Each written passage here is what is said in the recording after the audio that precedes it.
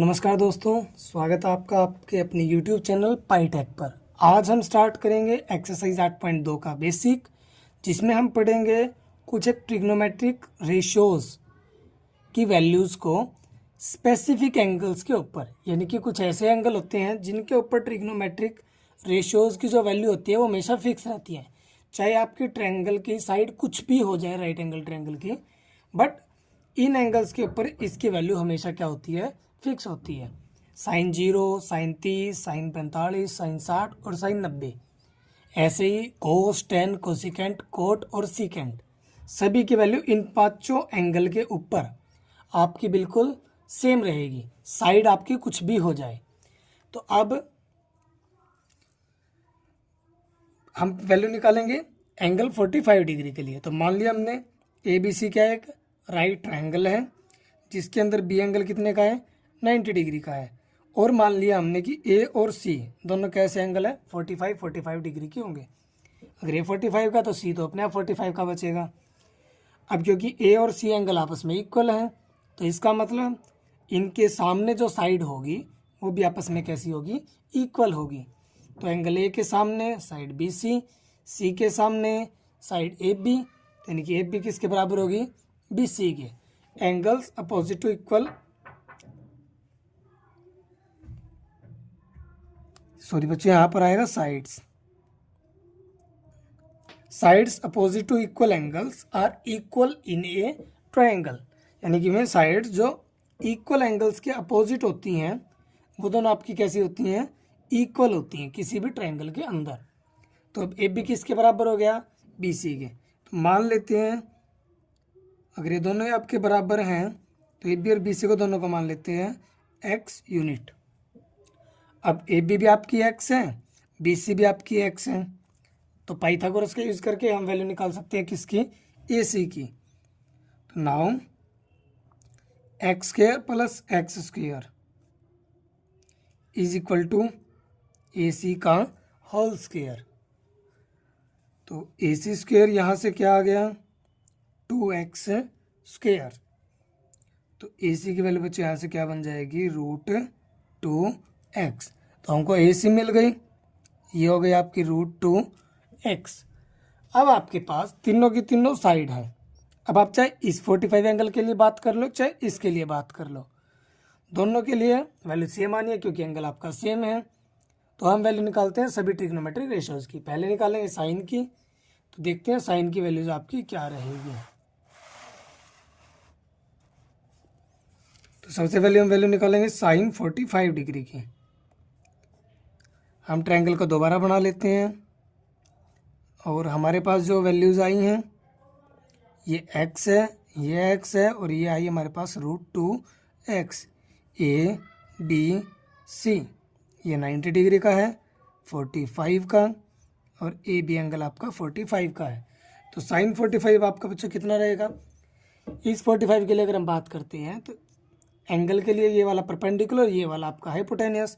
Sign 45 क्या होता है, p/h, तो यानी कि x/√2x। आपका आंसर आ गया 1/√2। तो साइन की वैल्यू आपको मिल गई यहाँ पर। कोस की वैल्यू, कोस 45 क्या होता है आपका, बेस अपोन में हाइपोटेनियस। तो इस 45 के लिए ये वाला आपका परपेंडिकुलर, ये वाला आपका बेस, ये आपका हाइपोटेनियस। तो बेस अपॉन हाइपोटेनियस x/√2x 1/√2। तो इसका अर्थ ये होगा कि भाई आपका एंगल अगर 45 डिग्री का है तो साइन और कोस दोनों की वैल्यू हमेशा क्या रहेगी, फिक्स रहेगी। ये साइड के ऊपर तो डिपेंड करती ही नहीं है। थर्ड आपका आता है टेंजेंट। टेंजेंट 45 डिग्री, टेंजेंट आपका क्या होता है, 45 के लिए परपेंडिकुलर, ये वाला बेस, तो p/b आपका होता है टेंजेंट, यानी कि x/x। टेंजेंट 45 की वैल्यू हमेशा कितनी रहेगी, 1 रहेगी। इसके बाद अब आपका जो आता है वो आता है आपका कोसिकेंट। हमने पढ़ा है कोसिकेंट किसका उल्टा होता है, कोसिकेंट उल्टा होता है बच्चों साइन का। कोसिकेंट 45 को लिख सकते हैं 1/sin 45। साइन 45 कितना था, 1/√2। तो जब आप इसका उल्टा करोगे तो आंसर कितना आ जाएगा, √2। कोसिकेंट के बाद आपका आता है सीकेंट। सीकेंट किसका उल्टा होता है? सीकेंट उल्टा होता है बच्चों कोस का। कोस की वैल्यू है 1/√2, तो 1/√2 का जब हम रेसिप्रोकल करेंगे तो कितना आंसर आ जाएगा? √2। अब इसके बाद जो आपका लास्ट में है कोट 45 डिग्री। कोट किसका उल्टा होता है? टेंजेंट का उल्टा होता है। तो 1 का जब आप रेसिप्रोकल करोगे तो 1/1 आपका आंसर कितना आ जाएगा? 1। सेकंड पार्ट है हमारा जिसमें हम वैल्यू निकालेंगे एंगल 30 के ऊपर और एंगल 60 के ऊपर, दोनों एक साथ एक ही ट्रायंगल की हेल्प से निकालने की कोशिश करेंगे हम। तो मान लिया ABC हमारी क्या है? एक आइसोसेलेस ट्रायंगल है जिसके अंदर AB, BC और CA तीनों हमने मान ली X हैं, क्योंकि आइसोसेलेस की तीनों ट्रायंगल तीनों साइड्स आपस में बराबर होती हैं। और मान लिया AD क्या है आपका? परपेंडिकुलर है किसके? BC के ऊपर। तो ये 9th क्लास की कुछ प्रॉपर्टीज़ हैं कि अगर AD परपेंडिकुलर है BC के ऊपर तो ये इस साइड को आपस में क्या करेगा? दो बराबर पार्ट में इसको डिवाइड करेगा, इक्वली इसको बाइसेक्ट करेगा। तो BD और DC आपस में क्या हो जाएंगे? बराबर आपके हो जाएंगे। तो यानी कि BD किसके बराबर हो जाएगा? DC के। और साथ में जो AD परपेंडिकुलर होता है वो आइसोसेलेस ट्रायंगल के ए एंगल को आपस में भी क्या करेगा? डिवाइड करेगा, क्योंकि ट्रायंगल के तीनों एंगल 60-60 के होते हैं। तो जब ये एंगल डिवाइड होगा कंप्लीट तो ये एंगल आपका 30 का बचेगा और ये एंगल आपका 30 का बचेगा। तो अब इस ट्रायंगल के अंदर हमारे पास हमने मानना है कि AB आपकी कितने यूनिट है? X यूनिट, और BC जो है वो D पॉइंट द्वारा बाइसेक्ट की जा चुकी है। तो BD जो आपका बचेगा वो कंप्लीट का हाफ बचेगा, X/2। तो अब हमारे पास दो साइड हो गई। इस राइट एंगल ट्रायंगल ABD में, in triangle ABD right angle triangle है तो इसमें हमारी पाइथागोरस थ्योरम लग सकती है। पाइथागोरस थ्योरम अगर लगेगी तो पाइथागोरस थ्योरम कहती है कि भाई AB का स्क्वायर यानी कि X का स्क्वायर किसके बराबर होगा? BD का स्क्वायर प्लस AD का स्क्वायर, यानी कि X/2 का स्क्वायर प्लस में AD का स्क्वायर। तो AD का स्क्वायर यहाँ से क्या बन जाएगा? X स्क्वायर, और ये इधर जाकर के माइनस X²/4। इन दोनों का एलसीएम कितना आएगा? इन दोनों का एलसीएम आएगा 4। यहाँ पर 4x² माइनस x², 3x²/4। तो AD का स्क्वायर आपका कितना आया? 3x²/4। 3 को क्या लिख सकते हैं? √3 का स्क्वायर। x² को लिख सकते हैं x का स्क्वायर, और 4 को लिख सकते हैं 2 का स्क्वायर। तो ये कंप्लीट हो गया आपका ये। तो यहाँ से AD आपकी कितनी आई? √3x/2। तो दो साइड हमारे पास थी, थर्ड साइड हमारे पास आ चुकी है। ये कितनी है? √3/2x। यानी कि अब हमारे पास तीनों साइड है एक राइट एंगल ट्रायंगल ABD के अंदर, और एक एंगल है 60 का और एक एंगल है 30 डिग्री का। तो इन सभी के लिए हम वैल्यू निकालते हैं इसके अंदर। तो वही ट्रायंगल हमने बना ली है ज़्यादा टाइम वेस्ट ना करते हुए। अब हम को वैल्यू निकालेंगे 60 पे और 30 पे। तो सबसे पहले हम वैल्यू निकालेंगे 30 डिग्री के लिए सारी की सारी। तो पहले हम वैल्यू निकालते हैं साइन 30 की। साइन 30 के लिए ये वाला परपेंडिकुलर और ये वाला बेस, ये वाला आपका होता है हाइपोटेनियस। तो अब ये परपेंडिकुलर बटे हाइपोटेनियस, यानी कि x/2 को डिवाइड करेंगे किससे? x के। तो x के नीचे लिख सकते हैं 1। पीछे भी हमने डिस्कस किया था, 4th नंबर वाली टर्म आती है फर्स्ट वाली के पास, 2 आएगा x के पास। तो आपका आंसर कितना बनेगा? 1/2। साइन 30 हो गया। अब निकालते हैं कोस 30। कोस 30 क्या होगा? 30 के लिए परपेंडिकुलर ये वाला बेस, तो बेस अपॉन में हाइपोटेनियस, तो कितना आएगा? √3/2। टेंजेंट 30। टेंजेंट 30 निकालने का बच्चों दो तरीके हैं। एक तो आप परपेंडिकुलर बाय बेस यूज़ करो, और एक होता है साइन 30/कोस 30। यानी जो टेंजेंट थीटा होता है साइन थीटा अपॉन में कोस थीटा उसको लिखा जा सकता है। तो आप यहाँ पे ऐसे भी करके इसको सिंप्लीफाई कर सकते हो। साइन 30 की वैल्यू कितनी आई है 1/2, इसके आई है √3/2, 2 से 2 कैंसिल, तो आपका आंसर आएगा 1/√3। कोसिकेंट 30 किसका उल्टा होगा, साइन 30 का, साइन 30 है 1/2, तो इसका रेसिप्रोकल कर दो, कितना आ जाएगा 2। सीकेंट 30 किसका उल्टा होगा, कोस का, तो कोस को रेसिप्रोकल कर दो, √3/2 का रेसिप्रोकल 2/√3। और लास्ट आपका कोट 30, तो कोट 30 आपका क्या होगा, आप रेसिप्रोकल कर दो टेंजेंट 30 का, तो 1/√3 का रेसिप्रोकल हो जाएगा √3। अब हम वैल्यू निकालेंगे सारी की सारी, साइन 60, कोस 60, टेंजेंट 60 और बाकी की तीनों। तो देखिए साइन 60 के लिए, साइन 60 के लिए ये वाला परपेंडिकुलर, ये वाला आपका बेस, सॉरी ये वाला आपका हाइपोटेन्यूस और ये वाला आपका है बेस। तो परपेंडिकुलर बाय में हाइपोटेन्यूस, तो आपका आंसर बन जाएगा साइन 60 √3। अब कोस 60 के लिए, तो 60 के लिए वाला परपेंडिकुलर, ये वाला base, base upon hypotenuse x/2 upon में x, तो सेम पहले की तरह बन जाएगा इसके पास, तो x को काट के आपका आंसर बन जाएगा 1/2। यहाँ पे भी हमने इसको किया था। नेक्स्ट जो है वो है टेंजेंट 60। टेंजेंट 60 क्या होगा, साइन 60 बटे में कोस 60, साइन 60 बटे में कोस 60, तो √3 को जब 1/2 से डिवाइड करोगे तो आपका आंसर बन जाएगा यहाँ पर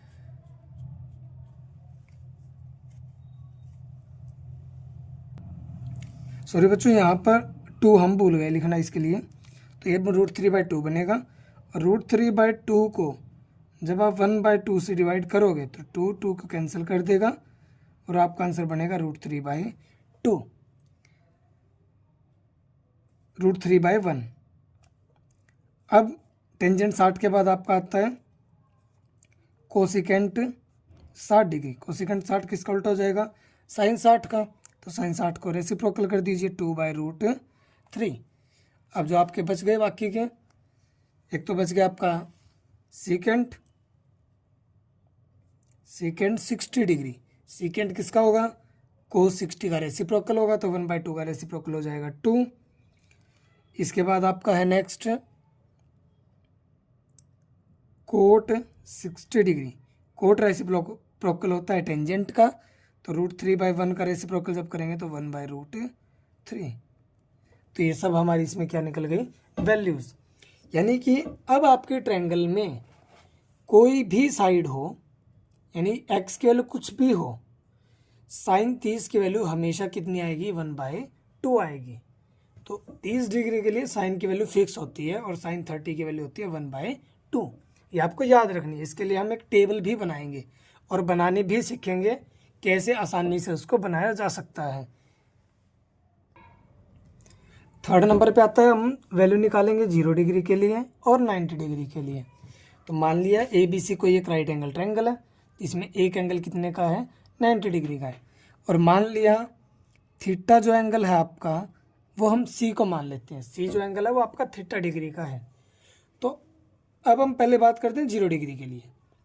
ये थीटा एंगल 0 डिग्री कब बनेगा, ये थीटा एंगल 0 डिग्री तब बनेगा, अब मान लो ये एंगल आपका 60 डिग्री का है एक सेकंड के लिए, तो जब अब ये आपकी साइड गिरती हुई बिल्कुल किसके ऊपर गिर जाएगी, आके CB के ऊपर गिर जाएगी, तब हम कहेंगे कि ये एंगल आपका कितने का हो गया, 0 डिग्री का। यानी कि अभी A पॉइंट पे है, A पॉइंट नीचे आएगा तो आपकी जो है एंगल और कम हो जाएगा। जब A एंगल यहाँ पे आएगा तब आपका ये बिल्कुल कम हो जाएगा, और जब बिल्कुल A कहाँ पर आप पहुँच जाएगा, B के पास, तब आपका थीटा एंगल कहाँ पहुँच जाएगा, 0 डिग्री तक पहुँच जाएगा। तो अगर if A point coincides with B then theta angle किसके बराबर हो जाएगा, 0 के। और जब A पॉइंट B के ऊपर आके गिर जाएगा तो अब देख रहे हो जो ये साइड है AC, ये यहाँ पे छोटी हो गई, फिर और छोटी हो गई, और जब ए पॉइंट बिल्कुल इसके ऊपर आ जाएगा तो ए सी साइड बी सी साइड के बराबर हो जाएगी। तो वहाँ पर ए सी और बी सी आपस में क्या हो जाएंगी, बराबर। और ए पॉइंट जितना बी के पास आता जाएगा, देखो जब ए पॉइंट यहाँ पर आया तो ए बी की डिस्टेंस कम हो गई। अब ए पॉइंट यहाँ से आया तो डिस्टेंस और कम हो गई।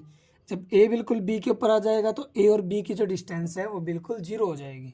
तो यानी कि जो ए बी है आपकी कितनी हो जाएगी, बिल्कुल ही जीरो डिस्टेंस उसकी हो जाएगी। अब हमारा एंगल 0 डिग्री हो चुका है, तो वैल्यू निकालते हैं साइन 0 पे।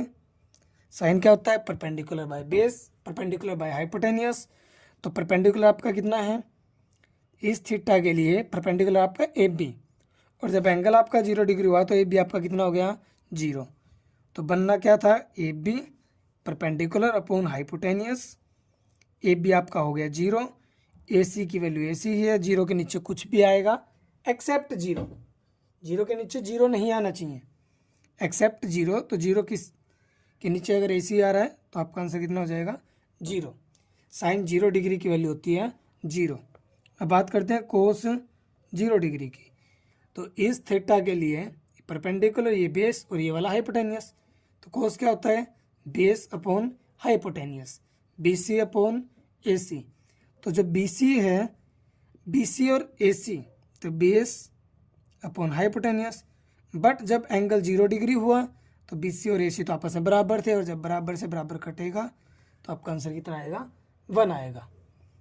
अब इसके बाद बात करते हैं टेंजेंट 0 डिग्री की। टेंजेंट हम पहले पढ़ चुके हैं, क्या होता है, साइन बाय कोस। तो साइन 0 बाय कोस 0 यानी कि 0 अपॉन 1, और 0 के नीचे जब 1 आएगा तो आपका उत्तर कितना रहेगा, 0 रहेगा। आगे हम बात करते हैं कोसिकेंट की। कोसिकेंट 0 डिग्री, कोसिकेंट 0 डिग्री आपका क्या रहेगा, कोसिकेंट 0 डिग्री होगा आपका साइन का उल्टा, और 1 बाय साइन 0, 1 बाय साइन 0 यानी कि 1 बाय 0, और 1 बाय 0 आपका क्या होता है बच्चों, नॉट डिफाइंड। कई बच्चे यहाँ पर इन्फिनिटी लिख देते हैं बच्चों, इन्फिनिटी नहीं होता, नॉट डिफाइंड होता है। मैं एक अलग से वीडियो बनाऊंगा जिसमें आपको पता लगेगा कि नॉट डिफाइंड और इन्फिनिटी में क्या अंतर होता है, किस केस में हम नॉट डिफाइंड लिख सकते हैं और किस केस में हम इन्फिनिटी लिखेंगे। तो आगे हम बात करते हैं सीकेंट 30 डिग्री की। सीकेंट आपका क्या होगा, कोस का उल्टा।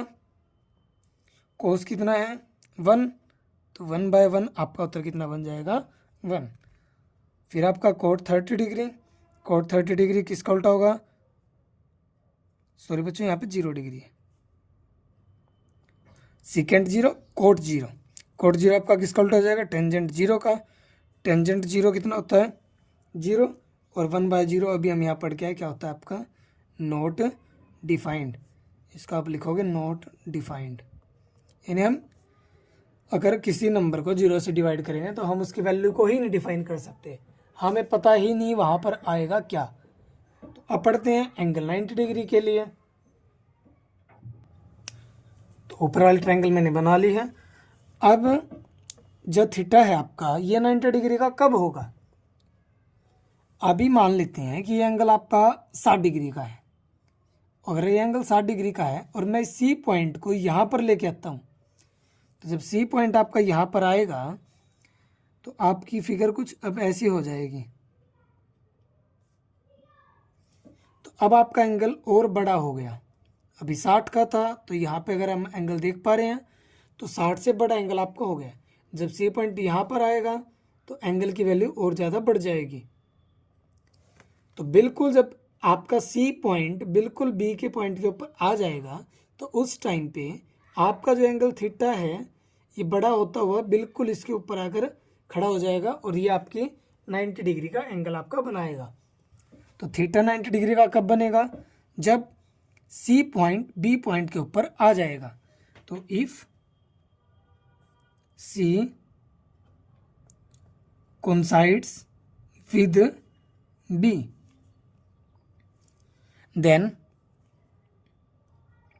तो आपका जो एंगल है वो कितने डिग्री का हो जाएगा, 90 डिग्री का।